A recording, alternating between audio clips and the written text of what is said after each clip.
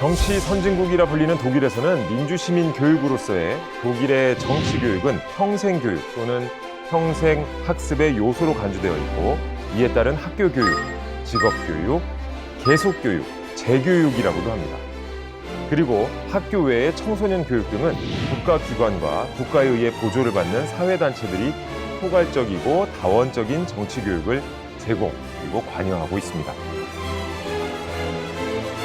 국가와 시민사회가 유기적으로 협력하는 대표적인 성공 사례, 또 세계가 주목하는 독일의 정치 교육을 알아보는 세 번째 시간입니다. 이번에는요, 보이텔스바흐 합의의 기본 원칙을 따르는 독일의 정치 교육 제도와 운영 체계에 대해서 알아보도록 하겠습니다. 역시 세 분과 함께 오늘 말씀 나눠보도록 하겠습니다.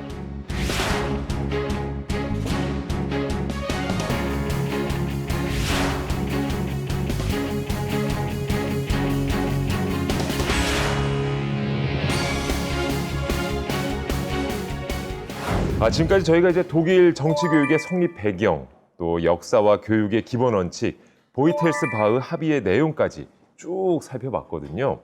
독일의 정치 교육 운영 체제를 오늘 이제 알아봐야 되는데, 그에 앞서서 다시 한 번 더 정치 교육의 개념을 짚어주시면 좋을 것 같습니다. 장 교수님.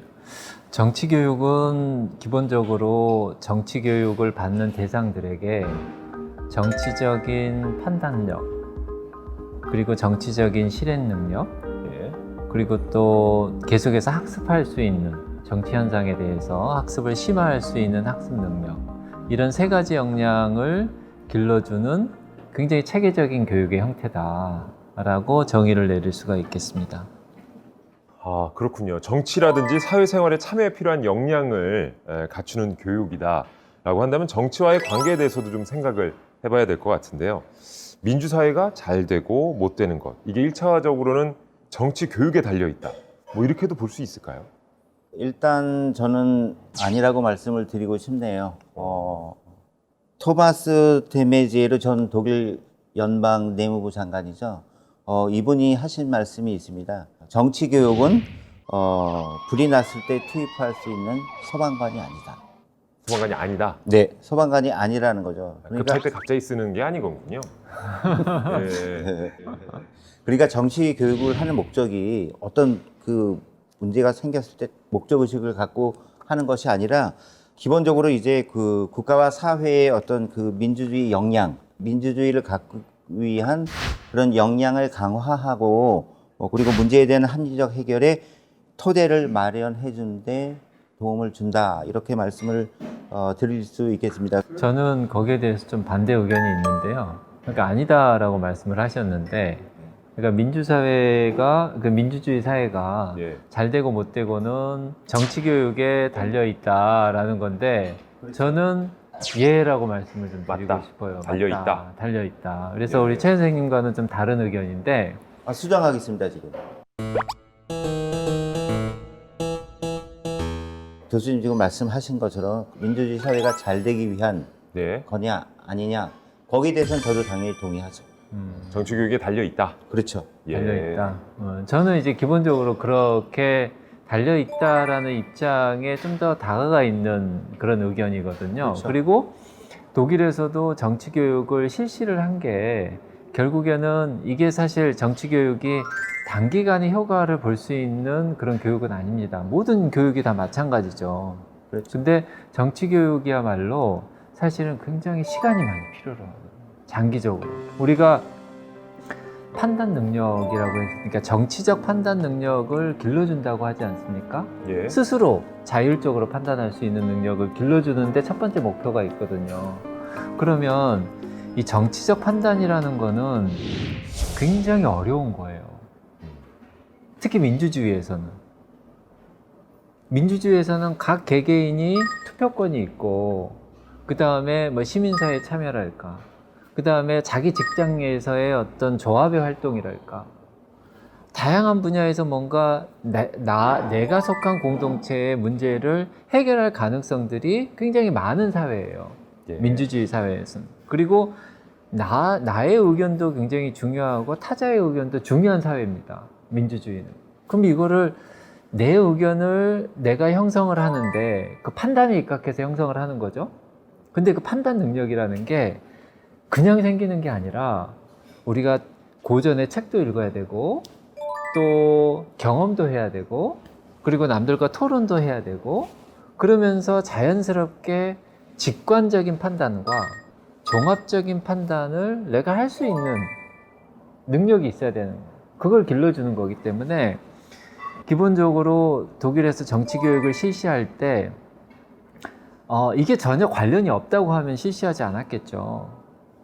분명히 장기적으로는 효과를 볼 거다라는 어떤 그런 믿음이 있었을 거고 그리고 우리나라 한국 사회에 있어서도 이걸 실시를 하면 분명히 장기적으로 효과가 있을 거다라는 게 이제 제 생각입니다. 예, 장기적이라고 말씀을 해주셨지만 사실 이 정치교육 또는 민주시민교육은 이 정치사회화 또는 이제 사회화의 측면에서 바라보아야 하는 거죠.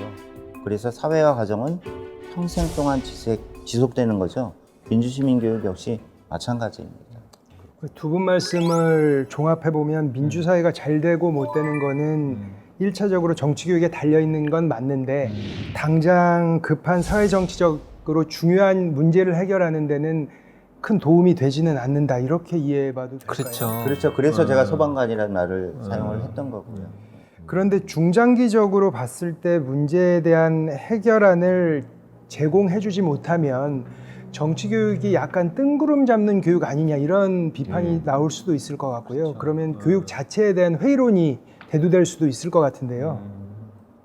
근데 이게 정치 교육의 문제만은 아니죠. 지금 말씀하신 게 우리가 모든 교육에 있어서 단순히 뭐 1시간 교육을 시켰다, 2시간 교육을 시켰다 해서 그 사람의 어떤 태도가 바뀌거나 지식이 갑자기 늘어나거나 뭐 그러지는 않는 것 같아요. 그래서 뭐 당장 문제를 해결하는 거는 사실 정치인들도 당장 문제를 해결 못 합니다.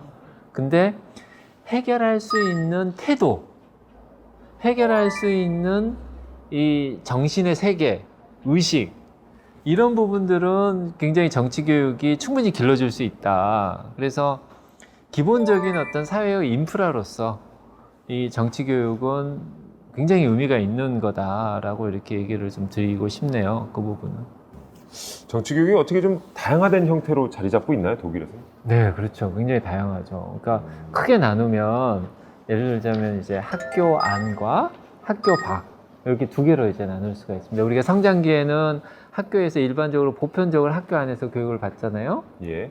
그러니까 독일 같은 경우에는 이제 킨더가르텐에서 시작을 해서 유치원부터 시작을 해서 초등학교, 그 다음에 초등교육, 중등교육, 그 다음에 고등교육 이렇게 우리나라처럼 비슷하게 구성이 되어 있습니다. 근데 그 과정이 끝나면 그리고 그 과정 속에서도 평생교육 차원에서 그리고 다양한 그 단체들이 제공하는 그런 형태의 학교 밖의 교육들이 이렇게 있습니다. 근데 이게 아주 단순하게 이 두 개 학교 안과 학교 밖이 단절되어 있는 게 아니라 예. 형식적으로는 학교 안과 밖이 구분되는 것 같지만 실제로 교육들 이렇게 들여다보면 학교 밖에 있는 어떤 재원들이 여기에 학교 안으로 투여되기도 하고 아이들이 또 학교 밖에 나가서 이렇게 좀 배우기도 하고 그래서 굉장히 쌍방간에 서로 간에 이제 좀 주고받는 그런 교육이 있다라고 볼 수가 있겠습니다. 그렇군요. 그래서 교수님께서 이제 말씀해 주신 그 내용을 좀 공간적인 측면에서 좀 나누어 보면 이렇게도 나눌 수 있죠. 국가의 공적 책무로 수행이 되는 정치교육. 이것은 이제 국가가 책임을 지는 것이죠. 예를 들어서 아까 말씀해 주신 학교 안, 공교육에서의 정치교육, 그리고 연방 정치교육원, 그리고 주정치교육원, 그리고 각 이제 그 주요 연방 부처들 있잖아요. 그 연방 부처들도 교육을 하는 부처들이 있거든요. 이렇게 이제 국가 차원, 국가의 책임으로 이제 이루어지는 교육이 그 공간이 있는가 하면 이 국가의 지원을 받아서 실제로 민주시민 교육 현장, 정치교육 현장에서 그것을 시민들에게 전파하는 역할을 하는 그런 그 시민 단체들이 있는 거죠. 그것을 이제 아까 교수님 말씀해 주셨을 때 학교 밖이라고 말씀해 주셨거든요. 학교 밖이라면은 이제 뭐 교회라든지 아니면 뭐 노동조합 그리고 뭐 종교 단체 이런 그 단체들이 이제 포함이 되죠. 그래서 이 국가 차원과 시민사회 차원이 아주 유기적으로 잘 연결되어 있죠. 그렇군요. 어쨌든 이런 점들 때문에 독일이 뭐 정치 교육의 선진국이다. 또 우리도 전 세계가 주목하는 이유가 아닐까 싶은데 그렇다면 독일 학교에서는 정치 교육을 어떤 방식으로 교육을 하는지도 궁금해지네요. 일단은 단계별로 교육을 받는다는 거예요. 초등학교에서는 이제 민주주의를 세 가지 차원에서 이해를 하는 거죠. 첫 번째 차원이 국가 형태로서의 민주주의, 그리고 사회 형태로서의 민주주의, 그리고 일상생활의 양식으로서의 민주주의.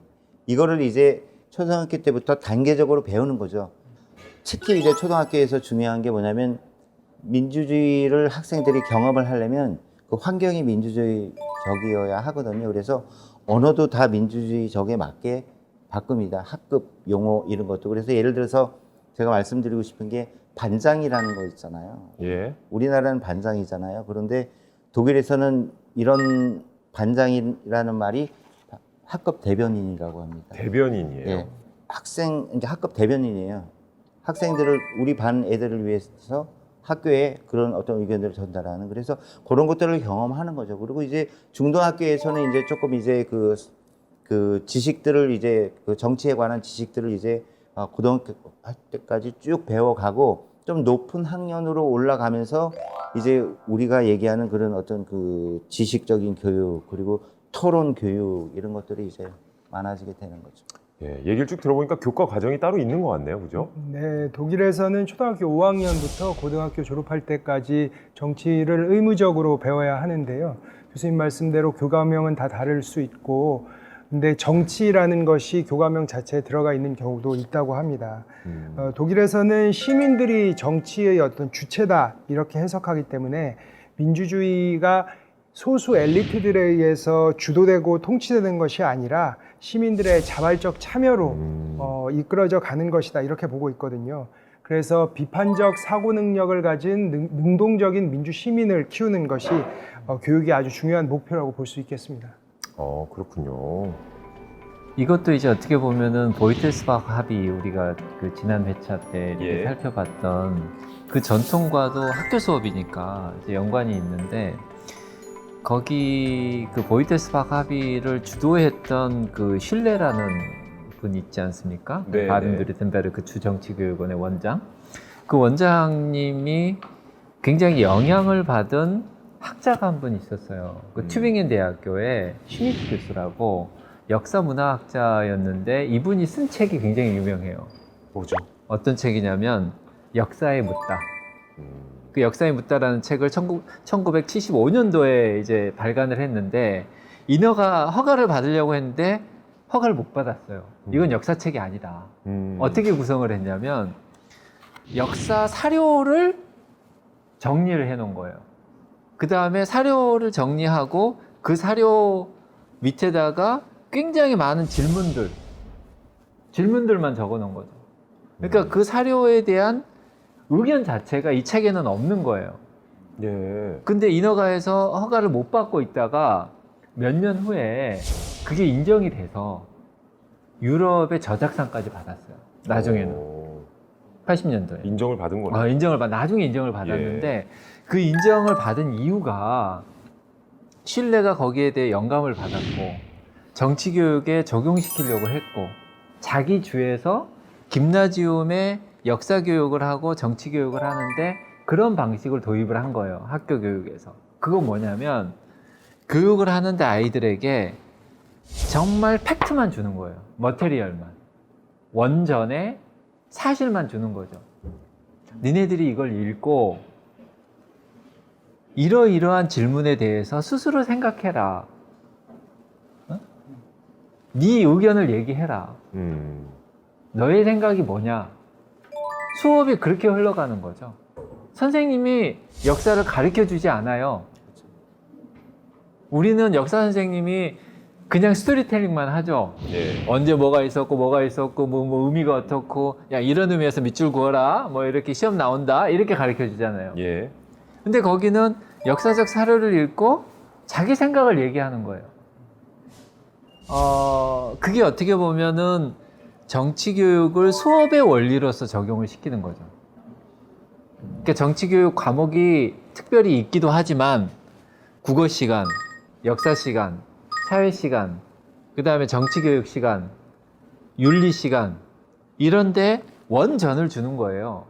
예를 들자면 플라톤 테스트를 원전을 주거나 아리스토텔레스의 원전을 주거나 아니면 아까 저기 지난 회차에서 얘기했던 존 스튜어트 밀의 원전을 주거나 그 원전을 읽는 거예요, 아이들이. 해설이 없어요. 우리는 해설서가 중요하잖아요. 그걸 외워서 시험을 봐야 되니까. 예. 근데 거기는 자기가 생각하도록 하는 거죠. 대학교는. 그래서 교사도 그 자료를 준비하는 게 수업의 절반입니다. 그러니까 내가 어떤 자료를 아이들한테 익힐 것인가. 객관적으로. 정말 이 자료를 선정을 해야 되겠죠. 그런 부분들이 굉장히 중요한 거예요. 학교 교육에서는 어떻게 보면.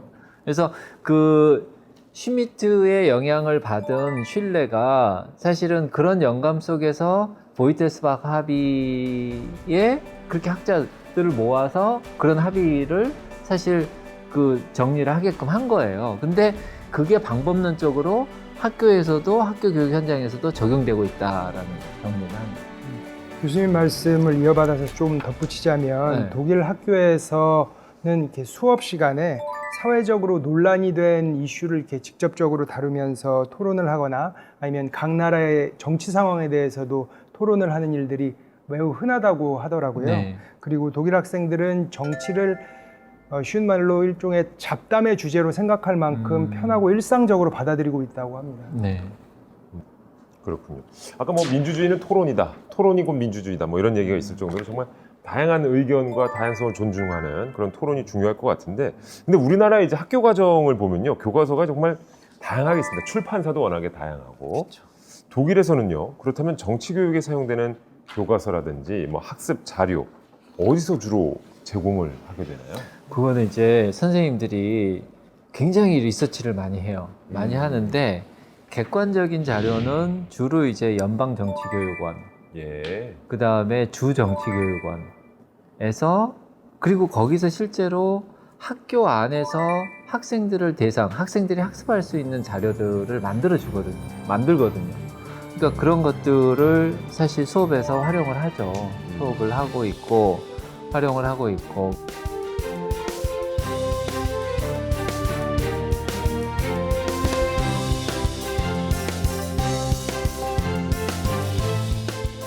전반적으로 연방정치교육원이나 주정치교육원의 업무, 가장 중요한 업무가 사실적인 자료를 생산해내는 거예요.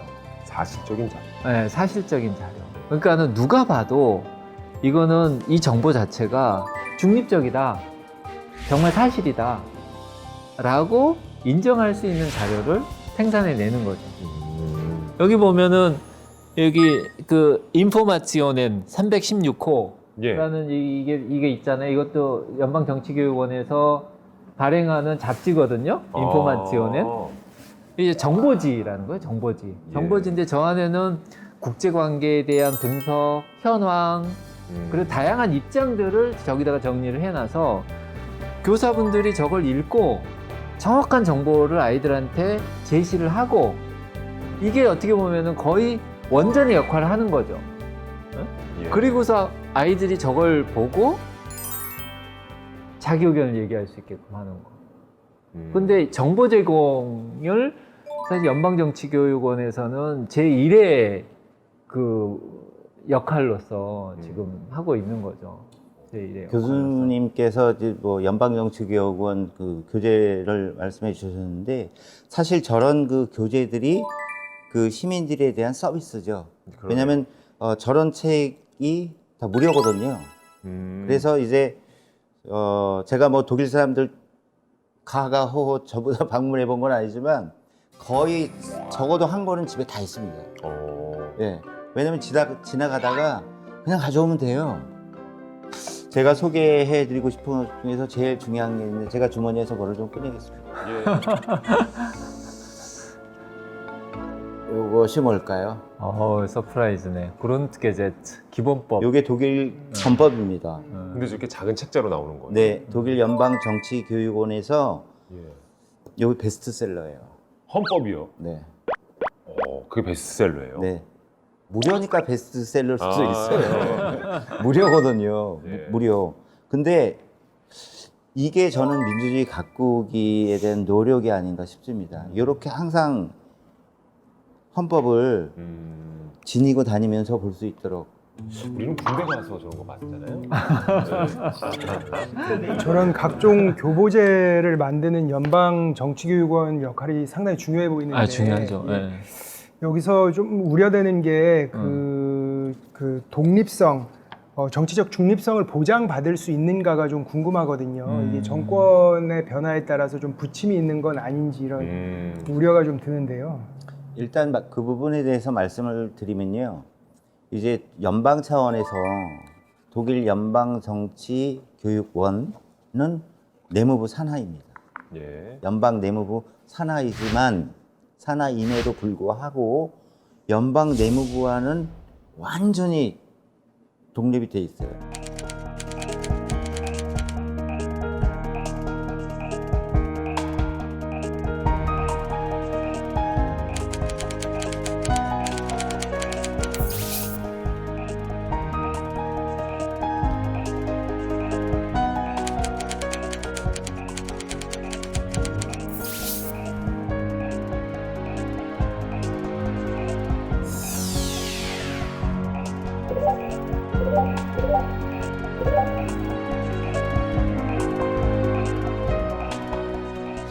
저기 말씀을 드렸지만 정치교육에서 가장 중요한 게 초당파성이거든요.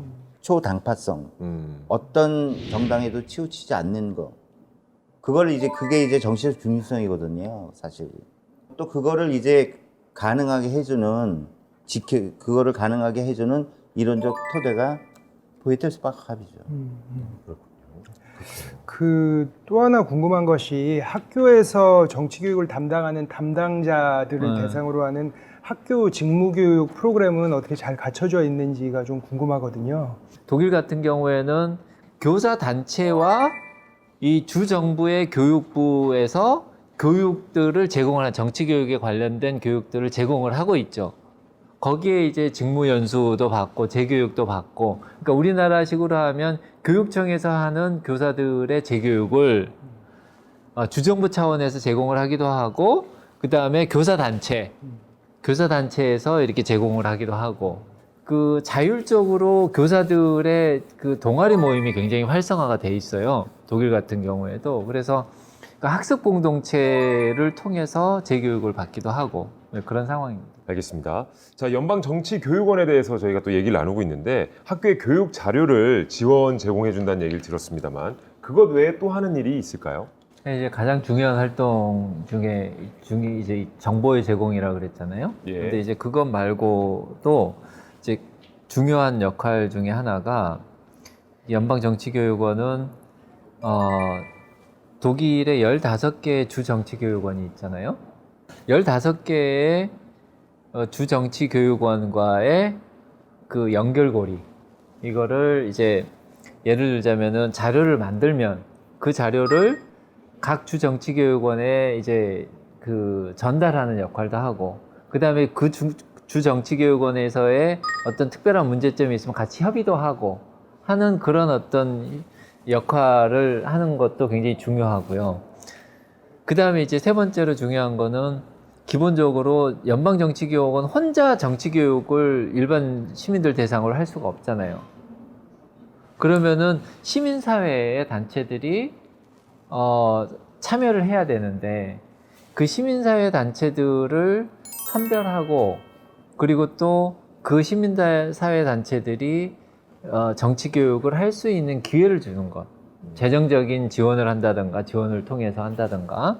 그래서 그 연방정치교육원의 그 예산의 포션을 보면 자료 제공하고 그 다음에 이 시민사회의 단체 지원, 요 두 개가 포지션이 가장 커요. 요 두 개가.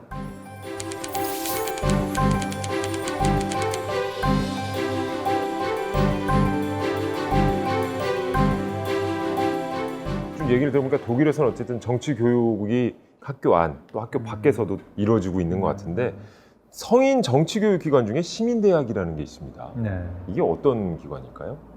그러니까 각 지역과 도시마다 그 폴크스호chschulle라 그래서요. 그러니까는 그 시민들의 교양, 그 다음에 직업적인 스킬, 그 다음에 뭐 여기서 얘기하는 정치 교육에 대한 프로그램들을 제공을 하고 있는데 시민들이 굉장히 그 저렴한 가격으로 그 서비스를 구매하면서 자기 어떤 지적인 욕구와 또 자기 어떤 그 필요를 충족시키는 그런 기관인 거죠. 학교 밖에서 이루어지는 민주시민 교육이 정말 힘든 겁니다. 왜 힘드냐면 학교 밖 그 정치 교육의 조건이 뭐냐면 자발성이거든요.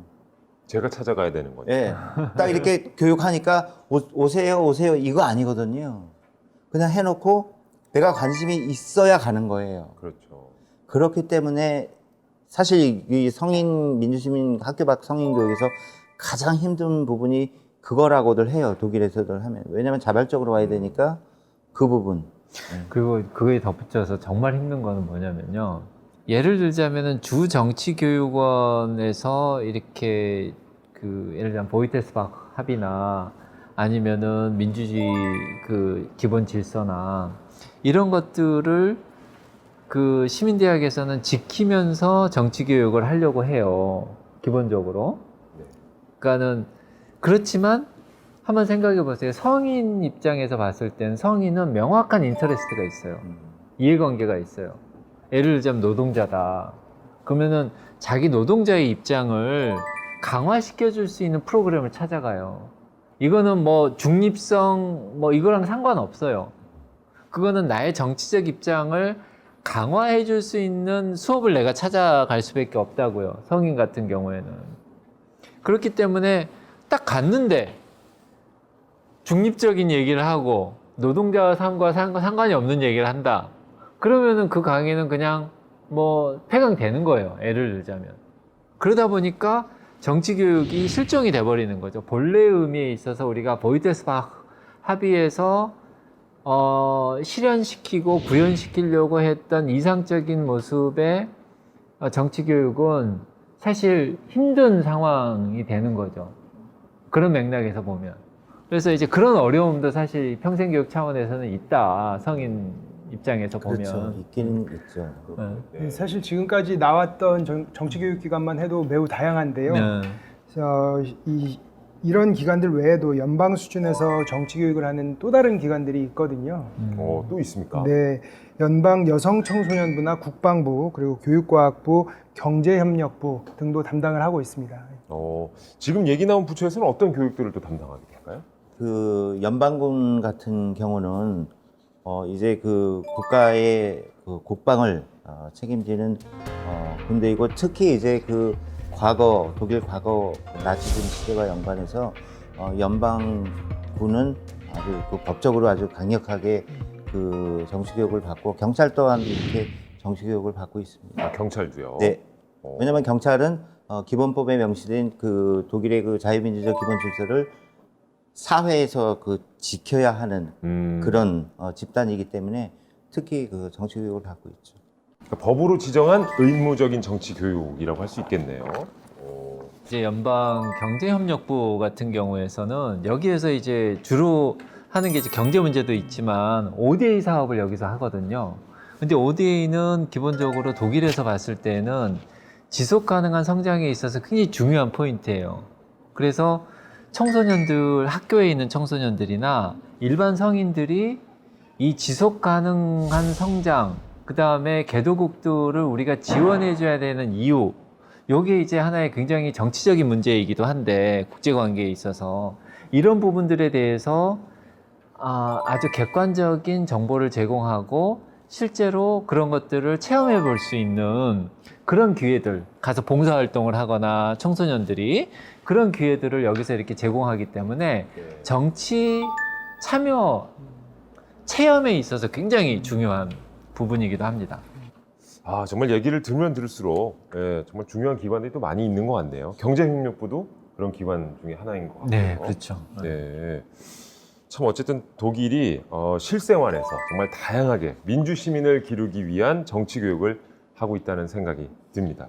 다시 한번 정말 대단하다는 생각이 드네요. 지금까지 그 정부 기관의 정치 교육에 대해서 얘기를 해봤는데요. 사실 정부 기관 외에도 사회단체에 의한 정치 교육도 활발히 이루어지고 있거든요. 그 대표적인 기관이 노동조합이라고 할 수 있겠습니다. 예, 교수님, 노동조합에서 하는 정치 교육은 어떤 게 있을까요? 이거는 굉장히 어떻게 보면은 우리가 추구하는 정치 교육에서 일반적으로 추구하는 정치적 중립성이랄까? 뭐 이런 것과는 우리가 직접적으로 연관은 지을 수가 없어요. 왜냐하면 노동조합 같은 경우에는 특별한 정치적인 이해관계가 이미 세팅되어 있기 때문에 그걸 강화시키는 정치교육이 행해지는 거죠. 그래서 노동조합에서 정치교육을 시켜요. 어떤 정치교육을 시키냐? 우리 임금 협상을 어떻게 해야 되느냐? 노동자의 권리가 무엇인가? 임금의 의미가 무엇인가? 우리 생활에서. 그리고 이 협상은 어떻게 해야 되는가? 그다음에 우리의 입장은 명확히 어떤 건가? 이런 것들에 대한 교육을 직업교육할 때부터 시켜주는 거죠. 그래서 이거는 어떻게 보면은 명확한 목표를 가진 정치교육, 가치지향적인 정치교육의 하나의 형태라고 볼 수가 있는 거죠. 자, 그럼 마지막으로 정치재단에서의 정치교육도 설명을 좀 해주시죠. 일단은 이 정치대단이라는 것이 어떤 그 정당에 소속돼 있는 것처럼 오해하시는 분들도 계시는데 소속돼 있는 건 아니거든요. 다만 이념적으로 예를 들어서 3인당이면 3인당, 기민당이면 기민당에 가까운 거죠. 근접한 거죠. 네. 그래서 그 독일 말로는 정치적으로 근접한 재단이다 이렇게 표현을 하거든요. 그래서 그 독일 정치재단들은 그 정당들을 위해서 어떤 선전이나 그런 행위를 절대 하지 않습니다. 다만 그 이념 안에서 그 폴리티스 빌딩, 정치 교육을 하는 것이죠. 자, 그리고요, 성인을 대상으로 하는 정치 교육을 위한 법적인 규정, 법제화도 마련되어 있는 건가요? 네, 독일의 성인 교육의 확립은 1970년대에 확립이 됐는데요. 1970년과 1975년 사이에 9개 연방주에서 성인 및 개소교육법이 제정되었고요. 그리고 통일 이후인 1992년과 94년 사이에 5개의 신연방주 중에서 4군데에서 법적인 규정이 만들어졌습니다. 추가로 1970년과 1993년 사이에 10개 연방주에서 소위 교육휴가법 또는 근로자의 유급연수휴가법이 만들어졌고요. 여기에는 정치교육도 포함이 되고 있습니다. 아, 갑자기 휴가하니까 귀가 번뜩 뜨이는데, 근데 교육휴가법이고요, 또 유급연수휴가법입니다. 이게 뭘까요? 그러니까 교육을 받기 위해서 휴가를 낼 수가 있는 거죠. 오, 정치교육을 받기 위해서. 예, 그걸 법제화한 거군요. 네, 법제화한 거죠. 오, 좋네요. 교육 받으려고 휴가를 내라. 네, 교육 받으려고 휴가를. 예, 보장을 해주는 거죠. 보장을 해주는 거군요. 알겠습니다. 자, 지금까지 정말 독일의 정치교육 제도 또 운영 체계를 저희가 살펴봤는데요. 독일을 한마디로 표현하면 어떻게 표현할 수 있을까요? 자, 저는 이제 한마디로 표현을 하면 정치적 중립성이 확보된 국가기관이 지원자로서 시민에 제공하는 서비스라고 이렇게 표현을 하고 싶습니다. 우리들이 독일의 정치 교육을 단순히 그냥 보이테스바크 합의, 또 뭐 연방 정치 교육원 뭐 이렇게만 단순히 생각할 게 아니라 그것도 굉장히 정치 교육을 위한 형이상학의 확립으로서 굉장히 중요하지만 그 밖에 다양한 형태들의 정치 교육이 공존하고 있는 게 독일이다. 그래서 저희들이 계속해서 이 독일을 좀 탐구하면서 우리의 어떤 사회와 비교하기도 하고 그래서 우리가 성찰할 수 있는 하나의 그 조건이라 그럴까요? 이런 것들로 이렇게 좀 받아들이면 굉장히 좋을 것 같다는 생각이 듭니다. 네. 정말 세 번의 기회에 걸쳐서 우리 세 분의 좋은 말씀들도 충분히 들었고요.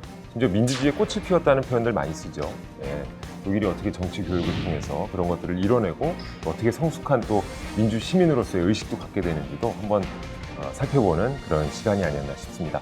여러분에게도 소중한 시간이었길 바라면서 마지막으로 인사드리겠습니다. 지금까지 함께해 주신 여러분 고맙습니다.